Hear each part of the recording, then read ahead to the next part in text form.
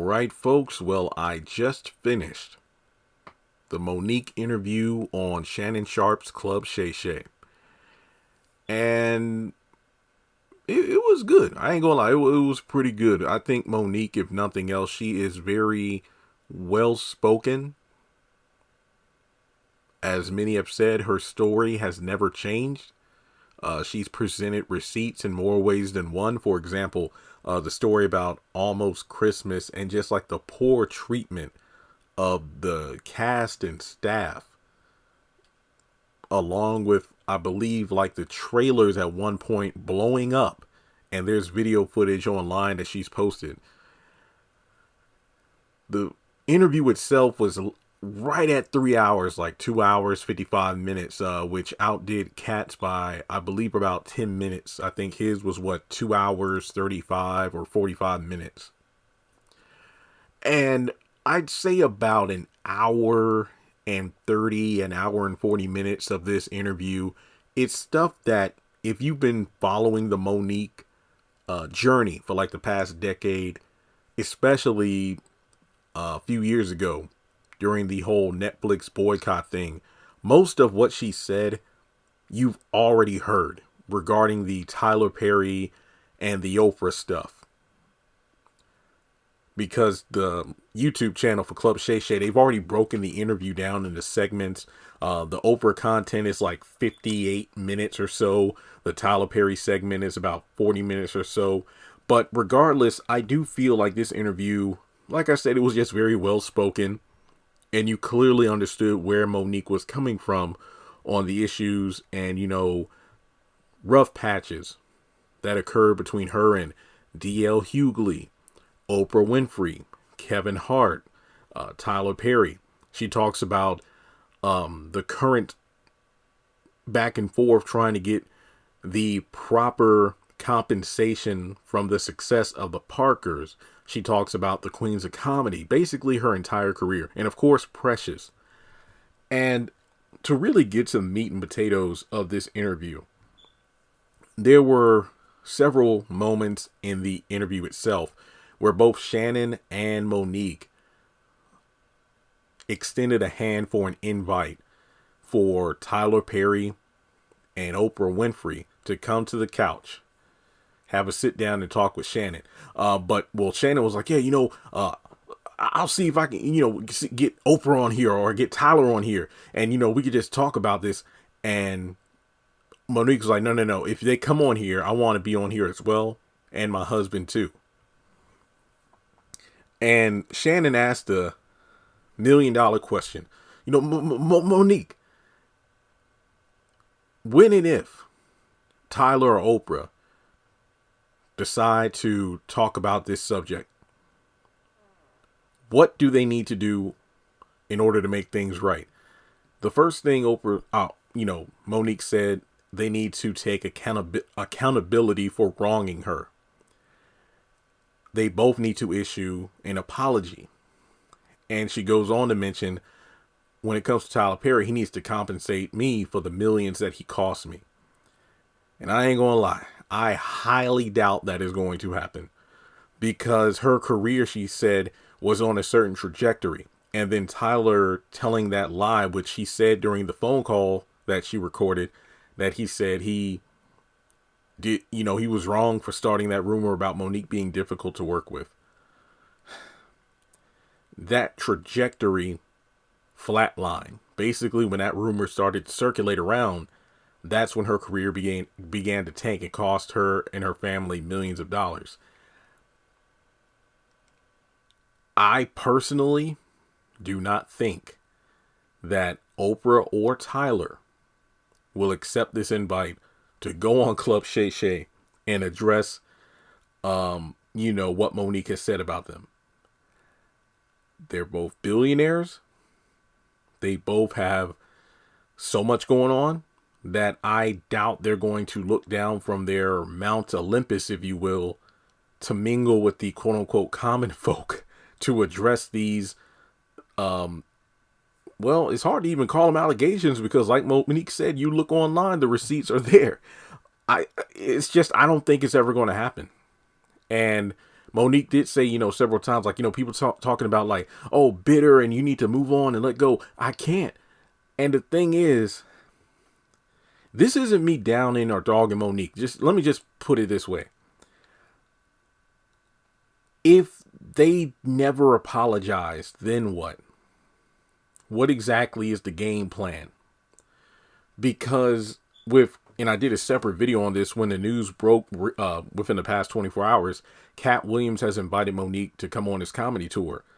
And typically when Monique goes on stage and people, either film it or post it online or whatever, it's usually her talking about the same thing over and over again, taking, swipes at Oprah and Tyler and whoever else has wronged her.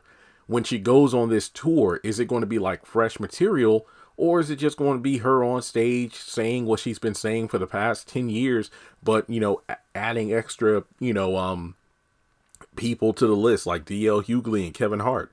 It's just one of those things where I don't really see what good can come out of this by not letting it go. I mean, let's be honest, like she said in an interview, and Shannon's like, people say let it go, but they weren't the ones that lost millions of dollars. And that's absolutely true. But at the same time, it's highly unlikely you're going to get those millions of dollars from a Tyler Perry, when instead, just work on your craft, get other opportunities, and maybe you can recoup that money from other projects. And I know that's easier said than done because the wounds are obviously still deep, hence why she's talking about it. But I just don't think it's likely. Hopefully I'm wrong. Hopefully, Oprah and Tyler do make things right, but I just don't see it happening. I just don't.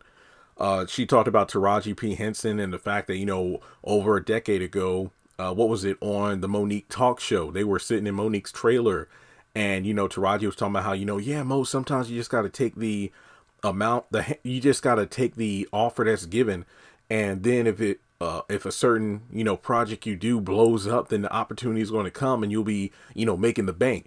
And Monique was like, well, baby, how many times do we have to say we'll take what we're given until something happens? Because most people in the business die before that opportunity comes. And now you see Taraji in the situation she's in. And I said this in the video about, her being underpaid. It's like in situations like that, usually it comes down to the team of people you have around you to negotiate these deals to make sure you're not being lowballed. And when it comes to Monique with the Parkers, she even said that when it came to like all the people said, like, syndication, 100 episodes, get to syndication. That's when the money's going to start rolling in. I think at one point she said, yeah, the show was, up to like $8 million in terms of the revenue it created. And then she said, like, it's made like $2 billion or something. But she said, I just spitballing, making up a number or something like that. So there's no telling. It's probably way up there in terms of how much money it's generated. But now you have these people saying that, oh, well, the show didn't make any money. Hence why her and Countless Vaughn haven't really made much of anything from the streaming of the Parkers on Netflix.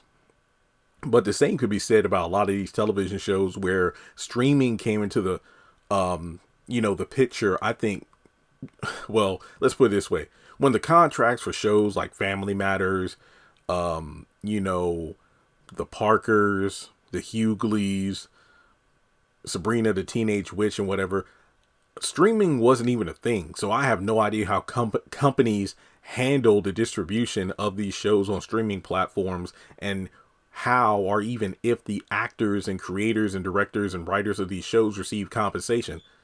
Hence why the whole writer and actor strike thing happened last year.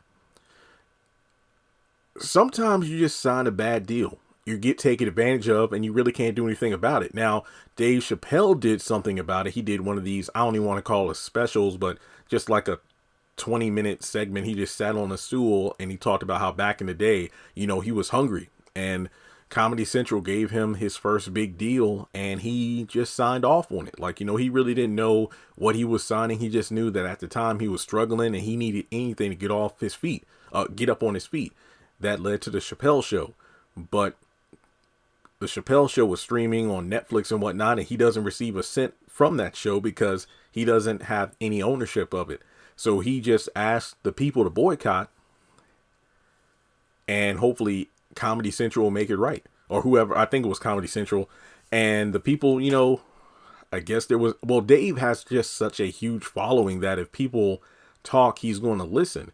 So I believe he said that, the executive called him up. He went to the office, and these were a new batch of people. These weren't the people that originally signed Dave. It's like a new team of people, and they wanted to make things right. Hence why, he was on like HBO Max, I think, and Netflix. So it's just one of those things where, yeah, this is exactly what Monique wanted, which was to boycott Netflix for being underpaid or offered a lowball thing. But,